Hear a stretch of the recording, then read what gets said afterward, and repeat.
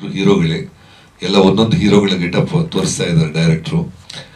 ನಾನು ಆ್ಯಕ್ಚುಲಿ ಚಿತ್ರ ಇವ್ರು ಹೇಳಿದಂಗೆ ಒಪ್ಕೊಳ್ಳೋಕೆ ಕಾರಣ, ಒಂದು ಡೈರೆಕ್ಟ್ರು ಫಸ್ಟ್ ಬಂದು ನನಗೆ ಯಾವುದೋ ಬೇರೆಯವ್ರು ಬಂದು ನಾವು ಹಂಗೆ ಮಾಡ್ತೀವಿ ಹಿಂಗೆ ಮಾಡ್ತೀವಿ ಎಲ್ಲ ಕತೆ ಹೇಳಿ ಆಮೇಲೆ ಮಾತಾಡ್ತಾರೆ, ಫೈನಲ್ ಹೆಂಗೆ ಬರುತ್ತೆ ಗೊತ್ತಿರಲ್ಲ.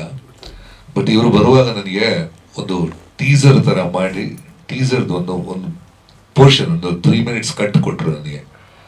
ಇದು look and feel of the film ಅಂತ ಹೇಳಿ ವೆರಿ ಇಂಪ್ರೆಸಿವ್.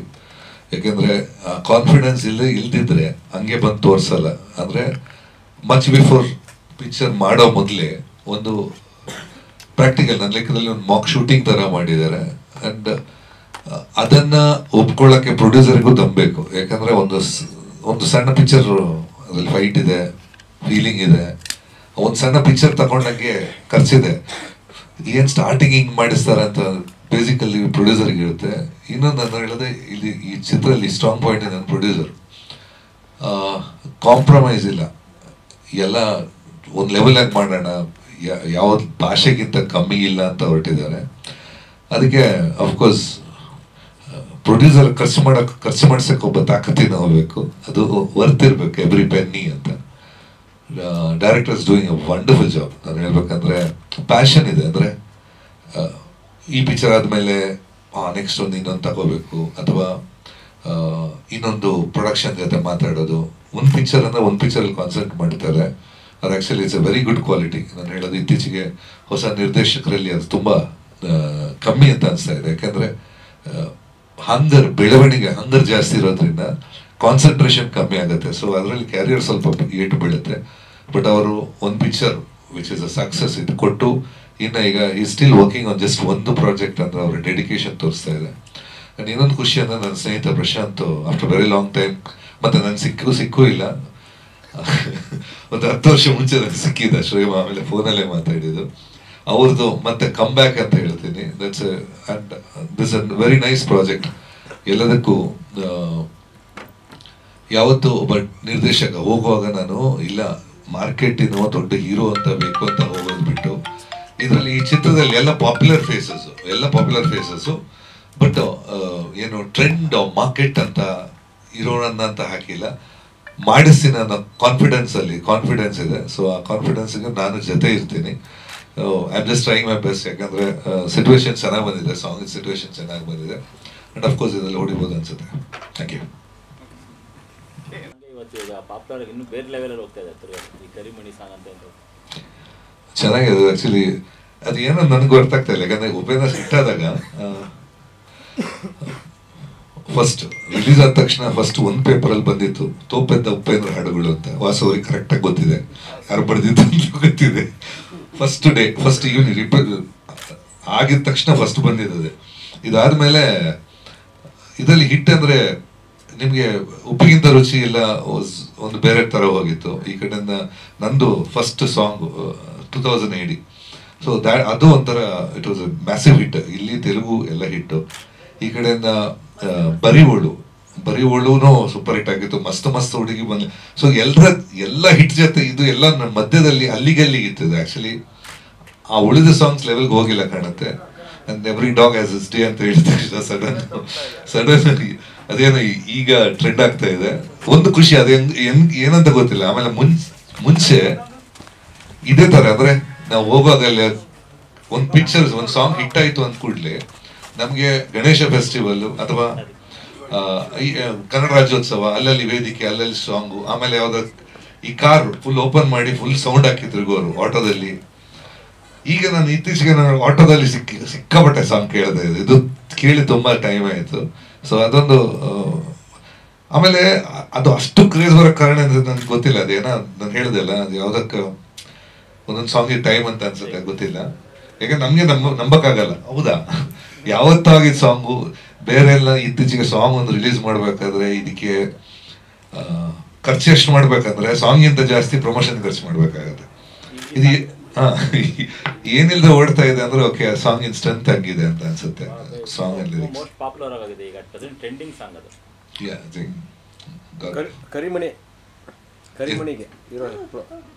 ಕರಿಮಣಿಗೆ ಇರೋದು ವ್ಯಾಲ್ಯೂ ಅದು ಕರಿಮಣಿ ವ್ಯಾಲ್ಯೂ ಇದೆಯನ್ನ ಓಕೆ. ಯಾಕಂದ್ರೆ ಒಂದ್ ಟೈಮಲ್ಲಿ ಕರಿಮಣಿ ಅದು ಕಿತ್ತೋಗಿಯೋದು ಅಂದ್ರೆ ಅದನ್ನ ಆ ಸೀನಲ್ಲಿ ಎಷ್ಟು ಡ್ರಾಮಾ ಇರುತ್ತೆ ಅಂದ್ರೆ ಈಗ ಏನಿಲ್ಲ, ಡ್ರೆಸ್ಸಿಗೆ ಸೂಟ್ ಆಗದಿದ್ದು ತೆಗೆದಾಕ್ತಾರೆ ಅವ್ರಿಗೆ ಮತ್ತೆ. ಸೊ ಆ ವ್ಯಾಲ್ಯೂ ಹಳೆ ಕರಿಮಣಿಗಿದ್ದಷ್ಟು ವ್ಯಾಲ್ಯೂ ಇವತ್ತಿದೆ ಅಂತ ಗೊತ್ತಿಲ್ಲ ನಂಗೆ ಗೊತ್ತಿಲ್ಲ.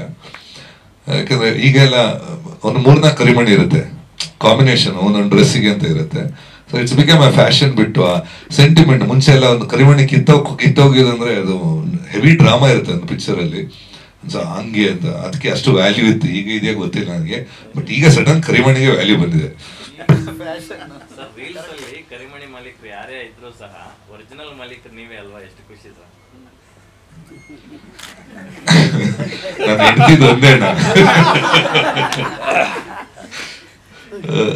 ಅಲ್ಲ, ಒಂದು ಎನಿಥಿಂಗ್ ನಮ್ ಕೆಲ್ಸಕ್ಕೆ ಯಾವ್ದೊಂದು ಕೆಲ್ಸಕ್ಕೆ ಒಂದು ಬೆಲೆ ಬಂದಾಗ ಅಥವಾ ಕೆಲ್ಸದ ಬಗ್ಗೆ ಯಾರಾದ್ರು ಮಾತಾಡುವಾಗ ಡೆಫಿನೆಟ್ ಆ ಒಂದು ಖುಷಿ ಇದೆ, ಆಗತ್ತೆ. ಐ ಥಿಂಕ್ ಸ್ವಲ್ಪ ನಾನು ಆಕ್ಚುಲಿ ಈಗ ರಿಲೀಸ್ ಯಾವುದಿಲ್ಲ 4 ವರ್ಷದ ಐ ಥಿಂಕ್ ಎಲ್ಲ ಪಿಕ್ಚರ್ ತಗೊಂಡಿದ್ದು ನಾನು ಕೊರೋನಾ ಮುಂಚೆ ತಗೊಂಡಿದ್ದು. ಇದು ಒಂದೇ, ಕೊರೋನಾ ನಂತರ ಆಫ್ಟರ್ 3 years ಇದು ಒಂದೇ ತಗೊಂಡಿದ್ದೀನಿ. ಕೆಲವು ರಿಲೀಸ್ ಆಗ್ತಾ ಇದೆ. ಈಗ ಇನ್ನೊಂದು ಬುದ್ಧಿವಂತ 2 ಬರ್ಬೇಕು ರಿಲೀಸಿಗೆ, ಅದ್ರದ್ದು ಸಾಂಗ್ ರಿಲೀಸ್ ಆಗಿಲ್ಲ. ಅದೊಂದು ಪೆಂಡಿಂಗ್. ಅಂದರೆ 4-5 ವರ್ಷ ಆಯ್ತು ಪಿಕ್ಚರ್ ಮಾಡಿ. ಸೊ ಈಗ ನನ್ನ ಲೆಕ್ಕದಲ್ಲಿ ನನಗೆ ಹೆಂಗಂದ್ರೆ ಖುಷಿಗೆ ಕೆಲಸ ಮಾಡೋಣ ಅಂತ. ನಂಬರಿಗೆ ಕೆಲಸ ಮಾಡೋದು ಮುಗೀತು, ಇನ್ನೆಷ್ಟು ನಂಬರ್ ಮಾಡಿ ಅಂತ ಪ್ರಯೋಜನ ಇಲ್ಲ. ಸೊ ಖುಷಿಗೆ ಮಾಡೋಣ ಅಂತ ಈ ತಂಡ ಒಂಥರ ಖುಷಿ ಇದೆ. ಸ್ವಲ್ಪ ಟಾರ್ಚರ್ ಕೊಡ್ತಾರೆ ಡೈರೆಕ್ಟರ್. ಯಾವುದು? ಅಲ್ಲಲ್ಲ, ಆಕಾಶ್. ಈಗ ಆಕಾಶ್ ಬೇರೆದವ್ರು ತಗೊಂಡಿದ್ದಾರೆ, ಬಟ್ ಆಕಾಶ್ ಅವರು ಆ ಟೈಮಲ್ಲಿ ರೆಕಾರ್ಡ್ ಪ್ರೈಸ್ ಕೊಟ್ಟು ತಗೊಂಡಿದ್ದಾರೆ. ಈಗ ಅವರು ಈ ಪೋರ್ಷನ್ ಮಾತ್ರ ಸೂಪರ್ ಹಿಟ್ ಆಗಿದೆಯಲ್ಲ, ಅದ್ರ ಮೇಲೆ ಏನು ಆಕ್ಷನ್ ತಗೊಳ್ಳಲ್ವಾ ಅವರು ಮಾಡಿದವ್ರ ಬಗ್ಗೆ? ಇಲ್ಲ, ಇನ್ಸ್ಟಾದಲ್ಲಿ ನನಗೆ ಇಲ್ಲ ಕಾಣುತ್ತೆ. ಬಟ್ ನೀವು ಯೂಟ್ಯೂಬ್ ಅಥವಾ ಯಾವುದು ಸೋಷಿಯಲ್ ಮೀಡಿಯಾದಲ್ಲಿ ಇದ್ರೆ ಡೆಫಿನೆಟ್ ಅದರ ಶೇರ್ ಹೋಗ್ಬೇಕು. ಆಡಿಯೋ ಕಂಪನಿಗೆ ಹೋಗುತ್ತೆ, ಇವತ್ತಿಗೆ ಹೋಗುತ್ತೆ. ಎಲ್ಲ ಆಡಿಯೋ ಎಲ್ಲೆಲ್ಲಿ ಯೂಸ್ ಮಾಡಿದ್ದಾರೆ ಅದು ಮಟ್ಟ ಅವ್ರಿಗೆ ನಂಗೆ ಗೊತ್ತಿಲ್ಲ. ಯಾಕಂದ್ರೆ ಅವ್ರು ಕೇಸ್ ಹಾಕೊಂಡು ನನಗೆ ಅದ್ರ ಟೋಟಲ್ ಡೀಟೇಲ್ ಗೊತ್ತಿಲ್ಲ. ಬಟ್ ಸೂ ಮಾಡಿದ್ರೆ ಡೆಫಿನೆಟ್ ಆಗಿ ಅವ್ರಿಗೆ ಬರಲೇಬೇಕು, ಶೇರ್ ಬರಬೇಕು. ಯಾಕಂದ್ರೆ ದಟ್ಸ್ ಅ ರೆಗ್ಯುಲರ್ ಕಾಪಿರೈಟ್ ಲಾ. ಅಲ್ಲ, ಇನ್ಸ್ಟಾ ಬರ್ದಿದ್ರು. ಇನ್ಸ್ಟಾದಲ್ಲಿ ಕಾಪಿರೈಟ್ ಅಂತ ಬರಲ್ಲ, ಯಾಕಂದ್ರೆ ಒರಿಜಿನಲ್ ಓನರ್ಸ್ ಅಂತ ಇರುತ್ತೆ. ಈಗ ಈ ಸಾಂಗು ಯಾರಿಗೋ ದುಡ್ಡು ಹೋಗ್ತಾ ಇರುತ್ತೆ, ಅದನ್ನ ಫಸ್ಟ್ ಹಾಕಿದವನಿಗೆ ಹೋಗುತ್ತೆ. ಸೊ ಇದೆ ಅಂದ್ರೆ ಪೇಮೆಂಟ್ಸ್ ಅದರಲ್ಲಿ ಇರುತ್ತೆ, ಇನ್ಸ್ಟಾದಲ್ಲಿ ಫೇಸ್ಬುಕ್ಸ್ ಅಲ್ಲಿ ಇರುತ್ತೆ.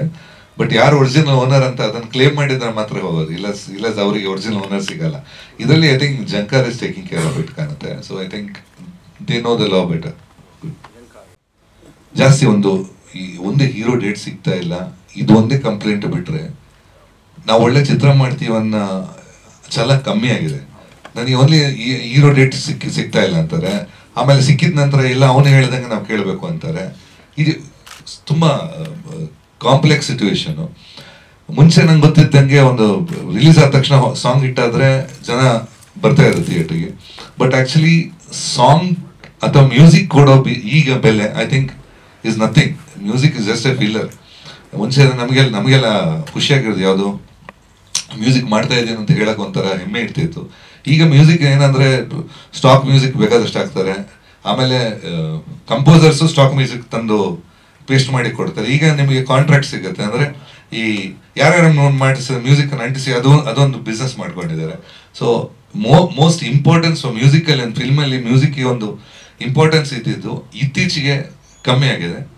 ಆಮೇಲೆ ಸಾಂಗ್ಸ್ ರಿಲೀಸ್ ಜಾಸ್ತಿ ಆಗ್ತಾ ಇದೆ. ಅಂದ್ರೆ 210 ಪಿಕ್ಚರು ಅಂದ ಕೂಡಲೇ ನಿಮಗೆ ಪ್ರೆಸ್ ಗೊತ್ತಾಗುತ್ತೆ. ನಿಮಗೆ ಮುಂಚೆ ಎಲ್ಲ ನಾವು ಇದ್ದಾಗ ಒಂದು ಪ್ರೆಸ್ ಮೀಟ್ ಅಂದ್ರೆ ವಾರಕ್ಕೆ 1-2 ಪ್ರೆಸ್ ಮೀಟು. ಈಗ ಹಂಗಲ್ಲ, ದಿವಸಕ್ಕೆ 4 ಶೆಡ್ಯೂಲಲ್ಲಿ ಪ್ರೆಸ್ ಮೀಟ್ ನಡೀತಾ ಇರುತ್ತೆ. ಸೊ ಅಷ್ಟು ಚಿತ್ರಗಳು ಬರ್ತಾ ಇದ್ದಾವೆ. ಕ್ವಾಲಿಟಿ ನನ್ನ ಲೆಕ್ಕದಲ್ಲಿ ಕ್ವಾಲಿಟಿ ಕೊಟ್ರೆ ಯಾವ ಚಿತ್ರನೂ ಅಷ್ಟೇ, ಎನಿ ಕ್ರಿಯೇಟಿವ್ ಫೀಲ್ಡಲ್ಲಿ ಕ್ವಾಲಿಟಿ ಕೊಟ್ರೆ ಅದಕ್ಕೆ ಇರೋ ವ್ಯಾಲ್ಯೂ 100% ಇದ್ದೇ ಇರುತ್ತೆ.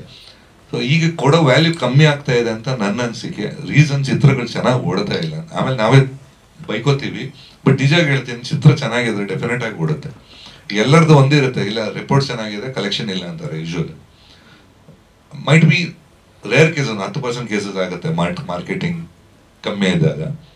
ಸೊ ನಾನು ಅದೇ ಏನಕ್ಕೆ ಇವ್ರದ್ದು ಹೇಳ್ತಾ ಇದ್ದೀನಿ ಅಂದರೆ, ಚೆನ್ನಾಗಿ ಫಸ್ಟ್ ಡೈರೆಕ್ಟರ್ ಹೇಳಿದ್ದು ನನಗೆ, ಇಲ್ಲ ಚೆನ್ನಾಗಾಗಬೇಕು, ವಿ ವಾಂಟ್ ಟು ಡೆಲಿವರಿ ಮಾಡಲೇಬೇಕು ಅಂತ ಇರುತ್ತೆ.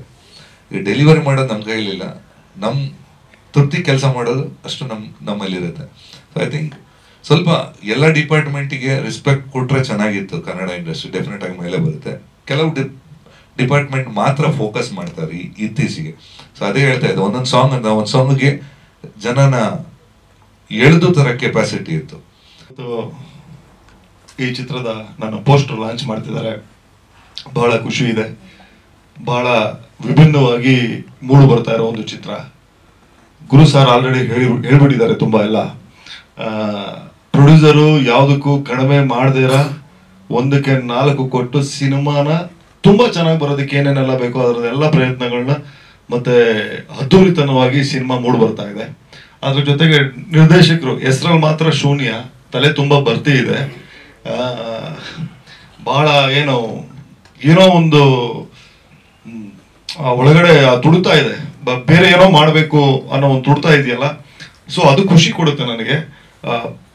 ಏನಿವತ್ತು ನೀವು ಪೋಸ್ಟರ್ ನೋಡ್ತಾ ಇದ್ದೀರಿ, ಅದರ ಎಲ್ಲ ಕ್ರೆಡಿಟ್ಸು ಡೈರೆಕ್ಟರ್ದು. ಯಾಕಂದ್ರೆ ಅಷ್ಟು ಚೆನ್ನಾಗಿ ಕುತ್ಕೊಂಡು ಇಲ್ಲ ಇದು ಹಿಂಗೇ ಬೇಕು ಹೀಗೆ ಬೇಕು ಅಂತೇಳಿ ಸಣ್ಣ ಸಣ್ಣ ಮೈನ್ಯೂಟ್ಸ್ ಪಾಯಿಂಟ್ಸ್ಗಳನ್ನ ಕುತ್ಕೊಂಡು ವರ್ಕ್ ಮಾಡ್ತಾರೆ.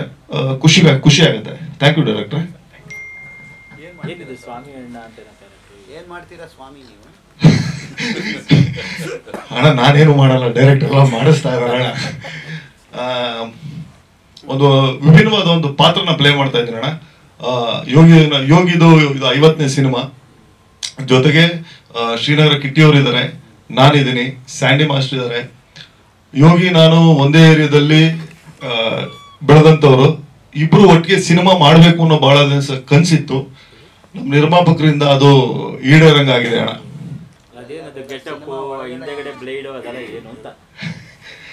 ಅಣ್ಣ ಅದು ಡೈರೆಕ್ಟರ್ ಹೇಳ್ತಾರಣ್ಣ.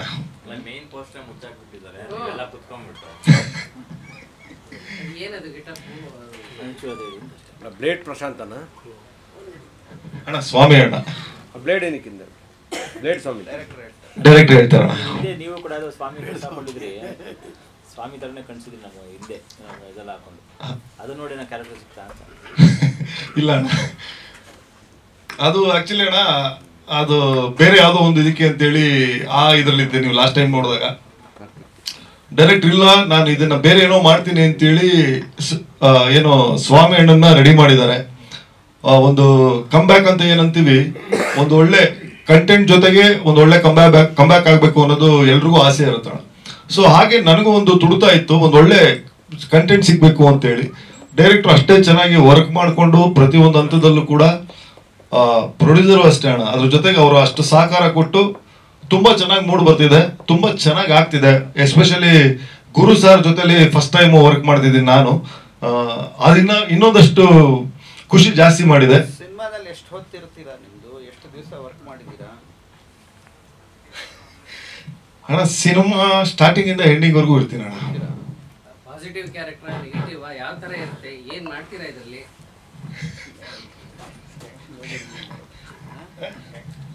ಗ್ಯಾಂಗ್ಸ್ಟರ್ ಬೇಸ್ಡ್ ಸಬ್ಜೆಕ್ಟ್ ಅಣ್ಣ. ಓಕೆ, ಪ್ರಶಾಂತ್ ಅವರು ಇಷ್ಟು ದಿನ ಎಲ್ಲೋಗಿದ್ರು, ಏನ್ ಮಾಡ್ತಿದ್ರು ಅಂತ, ಯಾಕೆ ಇಷ್ಟು ಗ್ಯಾಪ್ ಆಯ್ತು? ಒಂದಷ್ಟು ಪ್ರಿಕಾಷನ್ಗಳ ಜೊತೆಗೆ ವರ್ಕ್ ಮಾಡ್ತಿದ್ದೆ. ಒಂದಷ್ಟು ಸಿನಿಮಾಗಳನ್ನ ಕತೆಗಳನ್ನ ಕೇಳಿ ಸಾಕಷ್ಟು ಸಿನಿಮಾಗಳನ್ನ ಬಿಟ್ಟೆ ನಾನೇನೆ. ಹೇಳದ್ನಲ್ಲ, ಒಂದು ಒಳ್ಳೆ ಕಂಟೆಂಟ್ ಇರೋ ಸಿನಿಮಾ ಮಾಡೋ ಒಂದು ಹಂಬಲ ಇತ್ತು.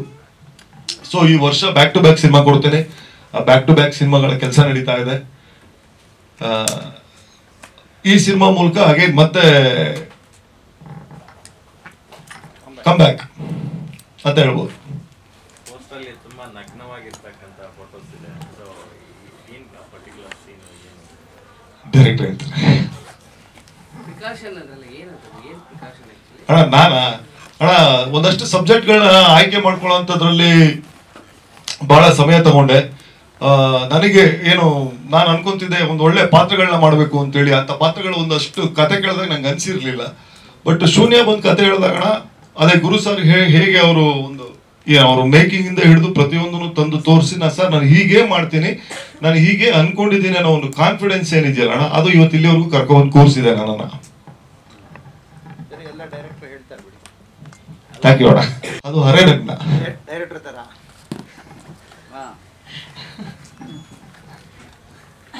ಅಷ್ಟೇ. ಚಡ್ಡಿ ಹಾಕೊಂಡ್ ಬಂದಿರೋ ಡೈರೆಕ್ಟರ್ ಇವತ್ತೇ ಫಸ್ಟ್ ಗುರು ನಾನು ನೋಡ್ತಾ ಇರೋದು.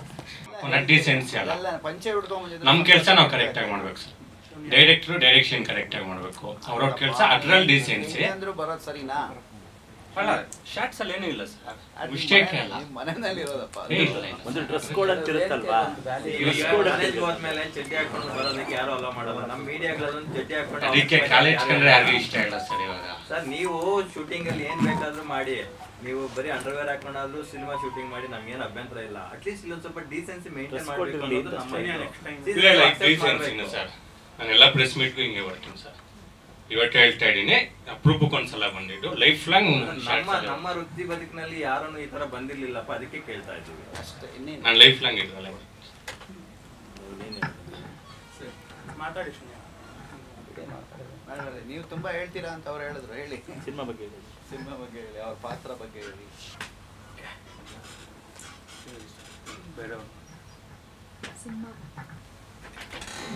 ಸಿನಿಮಾ ಬಗ್ಗೆ ಮಾತಾಡಿ. ಕೇಳಿ, ಏನಾದ್ರು ಇದ್ರೆ ಕೇಳಿ ಸರ್. ಅದೇ ಅವರೇ ಹೇಳಿದ್ರಲ್ಲ, ಅವ್ರ ಕ್ಯಾರೆಕ್ಟರ್ ಬಗ್ಗೆ ಅವ್ರ ಅದೇ ಕೇಳಿ, ಏನ್ರ ಪಾತ್ರ ಬಗ್ಗೆ ತುಂಬಾ ಅವ್ರ ಕ್ವಶನ್ಸ್ ಪಾತ್ರ ಕೇಳಿ. ನೀವೇ ಹೇಳ್ತೀನಿ ಅಂದ್ರಲ್ಲ, ಅದಕ್ಕೆ ನೀವೇ ಹೇಳ್ತಾರೆ ಅಂದ್ರಲ್ಲ, ಅದೇ ಅದಕ್ಕೋಸ್ಕರ ಯಾವ್ದ್ರ ಬಗ್ಗೆ? ಪ್ರಶಾಂತ್ ಅವ್ರು ಇವಾಗ ಎಂಟ್ರಿ ಆಗಿದಾರಲ್ಲ, ಅದ್ರ ಬಗ್ಗೆ ಎಲ್ಲ ಹೇಳಿ.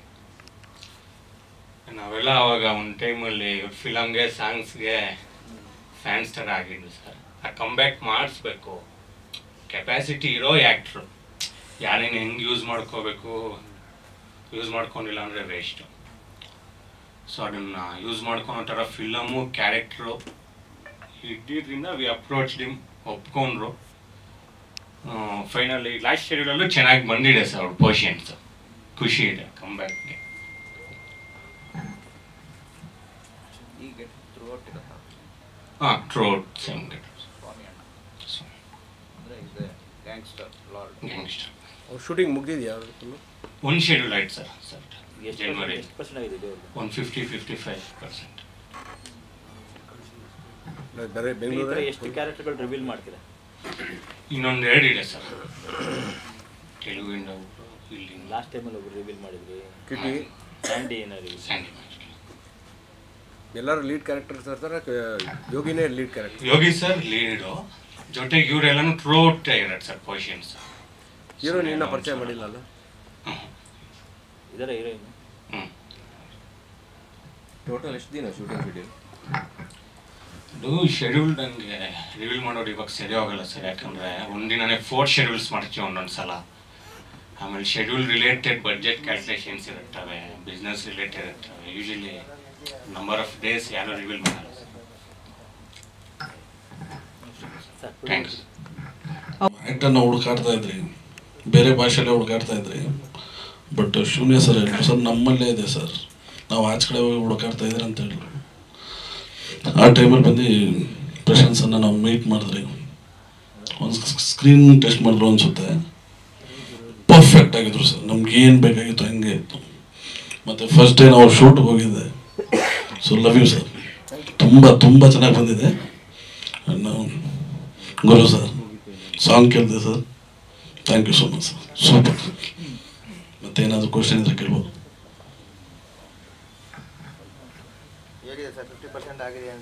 ಹೌದು ಹೌದು ಸರ್, 50% ಆಗಿದೆ. I am full happy sir. ನಾವೇನು ಅಂದ್ಕೊಂಡಿದ್ರೆ ಅದು ಬಂದಿದೆ. ಸೊ ಮತ್ತೆ ಇವಾಗ ಒಂದು ಏಪ್ರಿಲ್ ಮತ್ತೆ ನಾವು ಒಂದು ಶೆಡ್ಯೂಲ್ ಹೋಗ್ತಾ ಇದ್ರಿ, ಆಲ್ಮೋಸ್ಟ್ ಫಿನಿಶಿಂಗ್ ಸ್ಟೇಜಲ್ಲಿ sir. Under world sir, under world. ಏನು ಸರ್? ನಾನು ಮಾಡಿದ್ದೀನಿ ಸರ್, ನನ್ನ ಪೋರ್ಷನ್ ಇನ್ನೂ ಶೂಟ್ ಆಗಿಲ್ಲ, ಸೊ ನಾನು ಮಾಡ್ತಾ ಇದ್ದೀನಿ. ಹೌದು ಲಾಸ್ಟಲ್ಲೇ ಮಾಡ್ಬೋದು ಸರ್, ಲಾಸ್ಟಲ್ಲೇ. ಯಾವಾಗ ರಿಲೀಸ್ ಮಾಡ್ಬೋದು ಸರ್? ಅದು ಇನ್ನೂ ಪ್ಲ್ಯಾನ್ ಆಗಿಲ್ಲ ಸರ್, ಇನ್ನೂ ಪ್ಲ್ಯಾನ್ ಆಗಿಲ್ಲ. ಹೌದು. ನಿಮ್ಮ ಹೊರಟ ಫಿಲಮ್ ನೋಡಿದ್ದೀರಿ, ಲೈಕ್ ಅವ್ರನ್ನ ನೋಡೋಕ್ಕೆ ಆಗಲ್ಲ ಅಂತಲ್ಲ ನಾನು ವೆಯ್ಟ್ ಮಾಡಿದ್ದೀನಿ, ಮತ್ತು ಯಾವ ಫಿಲಮು ನೋಡಿಲ್ಲ ಅಂತ. ಆದರೆ ಸಡನ್ನಲ್ಲಿ ಈ ಥರ ಒಂದು ಶಾಕ್ ಕೊಡ್ತಾರೆ, ಈ ಗೆಟಪ್ಪಲ್ಲಿ ಬರ್ತಾರೆ ಅಂತ ನಾನು ಅನ್ಸ್ಕೊಂಡಿಲ್ಲ. ಎಲ್ಲ ಥ್ಯಾಂಕ್ಸು ಆಲ್ಮೋಸ್ಟ್ ಲೈಕ್ ಶೂನ್ಯ ಅದಾಗೆ. ನಾನು ಖುಷಿ, ಲೈಕ್ ಇವಾಗ ಆಗಿರೋ ಪೋರ್ಷನ್ಸ್ 80% 50% ಏನಾಗಾಯಿತು ಎಲ್ಲದರಲ್ಲೂ 100% ಸ್ಯಾಟಿಸ್ಫೈಡ್ ಆಗಿದ್ದೀನಿ. Thank you so much. Shunya sir opportunity ಕೊಟ್ಟಿದ್ದಾರೆ. ಪ್ಲಸ್ ಸಿನಿಮಾ ಮೇಕಿಂಗ್ ಮೇಲಿರೋ ಅವ್ರಿಗಿರೋ ಇಂಟ್ರೆಸ್ಟ್ ಅಂದರೆ ಈಗ ಅವ್ರು ಹೇಳ್ದಂಗೆ ಅವರು ಪ್ರತಿದಿನ ಫಿಲಮ್ ಮೇಕಿಂಗ್ ಬಗ್ಗೆ ಯೋಚನೆ ಮಾಡ್ತಾರಿಂದ ಏನಂತಾರೆ ಈ ಫೀಲ್ಡ್ ವರ್ಕ್ ಅಂತ ಬಂದಾಗ ಮೈಂಡ್ಫುಲ್ ಅದೇ ಇದ್ದಾಗ ಅದೆಲ್ಲ ಆ ಥರ ಕಾಸ್ಟ್ಯೂಮ್ಸ್ ಎಲ್ಲ ಇರುತ್ತೆ. ಬೇಸಿಕಲಿ DOPಗಳು ಆಗ್ತಾರೆ ಶಾರ್ಟ್ಸ್.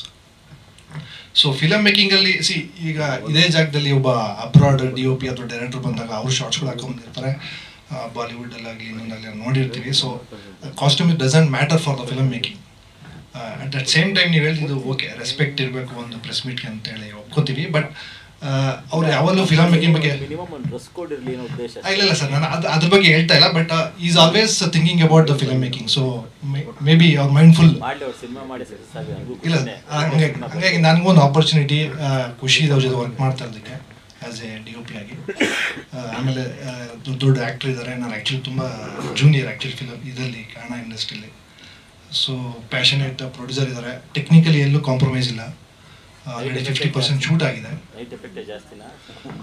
ಇಲ್ಲ ಸರ್, ಡೇ ಮತ್ತು ನೈಟ್ ಎರಡು ತುಂಬ ಇದೆ. ಅಂದರೆ ಆ್ಯಕ್ಷನ್ ಸೀಕ್ವೆನ್ಸಸ್ಸು ನೈಟಲ್ಲಿ ಜಾಸ್ತಿ ಇದೆ. ಸೊ ಟಾಕಿ ಪೋರ್ಷನ್ಸು ಒಂದು ಸ್ವಲ್ಪ ಡೇ ಇದೆ. ಸೊ ನೈಟ್ ಆ್ಯಕ್ಷನ್ ಸೀಕ್ವೆನ್ಸಸ್ ಜಾಸ್ತಿ ಇದೆ. ಸೊ ಅದು ಒಂಥರ ಸ್ಪೆಷಲ್ ಕನ್ನಡ ಇಂಡಸ್ಟ್ರಿಗೆ. Maximum shoot in night it will be more attractive for the audience. ಅದೊಂದು ಪ್ಲಸ್. 50% ಶೂಟ್ ಆಗಿದೆ. ಇನ್ನೊಂದು 2 ಸ್ಕೆಡ್ಯೂಲ್ ಮೇ ಬಿ ಆಗ್ಬೋದು. ಮೇಜರ್ ಪೋರ್ಷನ್ಸು ಇನ್ನೂ ಸ್ವಲ್ಪ ಬ್ಯಾಲೆನ್ಸ್ ಇದೆ. ಆ್ಯಕ್ಷನ್ ಸೀಕ್ವೆನ್ಸಸ್ ತುಂಬ ಶೂಟ್ ಮಾಡಿದ್ದೀವಿ. ಸೊ ಖುಷಿ ಇದೆ. ಟೆಕ್ನಿಕಲ್ ಸಪೋರ್ಟ್ ತುಂಬ ಚೆನ್ನಾಗಿದೆ ಸರ್. 3 ಆಗಿದೆ ಸರ್. 3 ಆಗಿದೆ. ಒಂದು ಇಂಟ್ರೋ ಆಗಿದೆ. ಸರ್ ನಮ್ಮದೊಂದು ಆಡಿಯೋ ಕ್ಯಾಸೆಟ್ ಸೆಂಟರ್ ಇತ್ತು. ಸೊ ನಮಗೆ ಕ್ಯಾಸೆಟ್ ಆಗಲಿ ಸರ್ ಹೇಳ್ತಿದ್ದೆ. ಸೊ ನಮಗೆ ಆಡಿಯೋ ಕ್ಯಾಸೆಟ್ ಬಂದ್ಬಿಟ್ಟು ಆ ಸಾಂಗಿಂದ ತುಂಬ ಸೇಲ್ಸ್ ಜಾಸ್ತಿ ಆಗಿತ್ತು. ಸೊ ನಮ್ಮ ಮಾವ ಅವ್ರದ್ದು ಕ್ಯಾಸೆಟ್ ಶಾಪಲ್ಲಿ ಸೊ ಇನ್ಫ್ಯಾಕ್ಟ್ ನಾನು ಸೆಲೆಕ್ಟೆಡ್ ಸಾಂಗ್ಸಲ್ಲಿ ಪರ್ಟಿಕ್ಯುಲರಾಗಿ ಪರ್ಟಿಕ್ಯುಲರಾಗಿ ಯಾರು ಆ ಸಾಂಗ್ನ ರೆಕಾರ್ಡ್ ಮಾಡಿ ಕೊಟ್ಟಿದ್ದು ಆ ಡೇಸ್ ನಾನು ಸ್ಕೂಲ್ ಡೇಸಲ್ಲಿದ್ದಾಗ. ಸೊ ನಮ್ಮ ಚೈಲ್ಡ್ಹುಡ್ ಡೇಸಿಂದ ನೋಡಿದ್ವಿ. ಸೊ ಫೈನಲಿ ಅವ್ರ ಜೊತೆ ಇವಾಗ ವರ್ಕ್ ಮಾಡ್ತಿರೋ ಖುಷಿ ಇದೆ. And thank you sir, entire ಟೀಮ್ಗೆ ಥ್ಯಾಂಕ್ಸ್. ಆ್ಯಂಡ್ ಈಗ ಎಲ್ಲರೂ ಹೇಳ್ದಂಗೆ ಒಂದು ಗ್ಯಾಂಗ್ಸ್ಟರ್ ಸಿನಿಮಾ ಅಂದಮೇಲೆ ನಿಮಗೆ ಗೊತ್ತಿರೋ ಹಾಗೆ ಒಂದು ಲಾರ್ಜ್ ಸ್ಕೇಲಲ್ಲಿ ಇರುತ್ತೆ. ಸೊ ಲಾರ್ಜರ್ ದನ್ ಲೈಫ್ ಅಂತ ಹೇಳ್ತೀವಲ್ಲ ಆ ರೀತಿ. ಸೊ ಲೈಕ್ ಸ್ಟಾರ್ ಕ್ಯಾಸ್ಟ್ ದೊಡ್ಡದು, and then number of action sequences ದೊಡ್ಡದು, and then night sequences, specially night sequences ಇರಬೇಕಾದ್ರೆ ಆ ಡಾರ್ಕ್ ಶೇಡ್ ಏನಿರುತ್ತೋ ಲೈಕ್ ಅಂಡರ್ ವರ್ಲ್ಡ್ ಅಂತ ಹೇಳಿದಾಗ ಡಾರ್ಕ್ ಶೇಡ್. ಸೊ ಕಥೆನ ಬಿಟ್ಕೊಡ್ತಿಲ್ಲ ಇಲ್ಲಿ ಯಾರು. ಸೊ ಅದೊಂದು ರೀಸನಿಂದ ಲೈಕ್ ಆ ಎಲಿಮೆಂಟ್ಸ್ ಬಗ್ಗೆ ಮಾತ್ರ ಹೇಳ್ತಾ ಇದ್ದೀನಿ ಅಷ್ಟೆ. ಸೊ ನನಗೆ ಈಗ ವರ್ಕ್ ಸ್ಪೇಸ್ಗೆ ತುಂಬ ಸ್ಪೇಸ್ ಇದೆ ಇದರಲ್ಲಿ.